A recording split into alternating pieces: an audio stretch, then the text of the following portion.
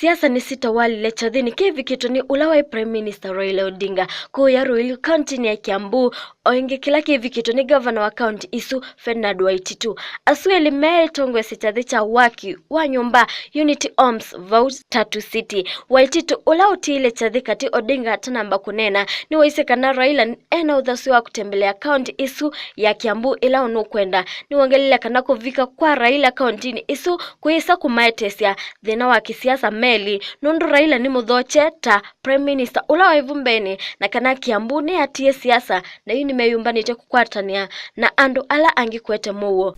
I take this opportunity to welcome Honorable RAILA Odinga to Kiambu County. We have no problem with you coming as our former Prime Minister, and we have no issues here. We welcome everybody who comes, and you are free to come anytime you feel like. Indi ovamwena Odinga ndano sandeto sia WAITITU kwa useo ainena nuke meye governor na asya kana we tilasima amuite lusa okite county isu na kana na mwadhimo ma President Uhuru Kenyatta ula ya mutavisia kana nukuvika county isu ya Kiambu nikenda mea nisia wikalo wa laisi kuyanana na the big four agenda ya President Uhuru Kenyatta. Governor has had to go, but the governor was saying that is welcoming me, nobody is going to do anything to me. I just wanted to remind him that this is Kenya. I need nobody's permission to come here. I'm welcomed here because most of these people are Kenyans. And I can go to any part of Kenya without seeking anybody's permission. This is all the permission of a governor.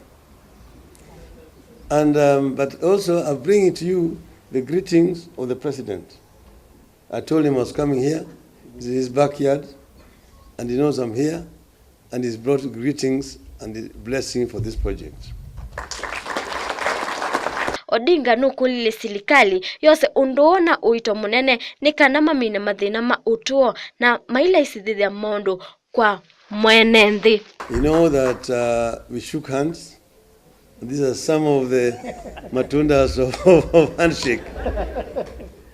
That we want to change things the way Kenyans is run. We want to promote unity among all the people of this country. We want to deal with issues of regional disparities in terms of growth and development. We want to deal with the issues of corruption in our country. We must embrace this idea of special economic zones in our country. We need now here to protect them. The legislation is not adequate. There's still too much bureaucracy. And this is something that we need to look at. The legislation relative to the special economic zones.